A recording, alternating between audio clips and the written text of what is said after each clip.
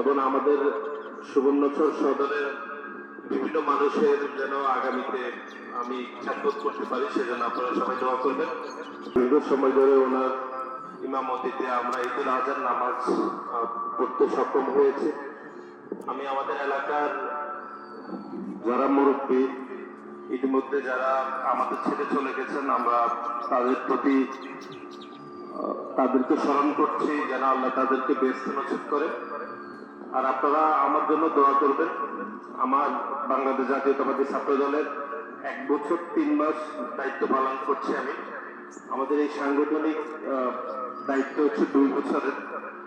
এই সময়টা খুবই চ্যালেঞ্জিং, বিভিন্ন ষড়যন্ত্র থাকে, সংকট থাকে।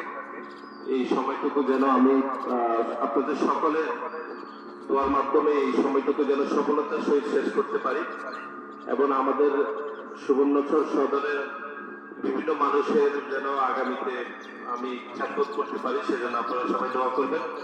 আমাদের এলাকায় যারা আমাদের ছেড়ে চলে গেছেন, বিশেষ করে অ্যাডভোকেট এনামুল হক সাহেব, আমাদের সাবেক চেয়ারম্যান সহ আমাদের এলাকার অনেকে আমাদের ছেড়ে চলে গেছেন, আমরা তাদের জন্য দোয়া করব।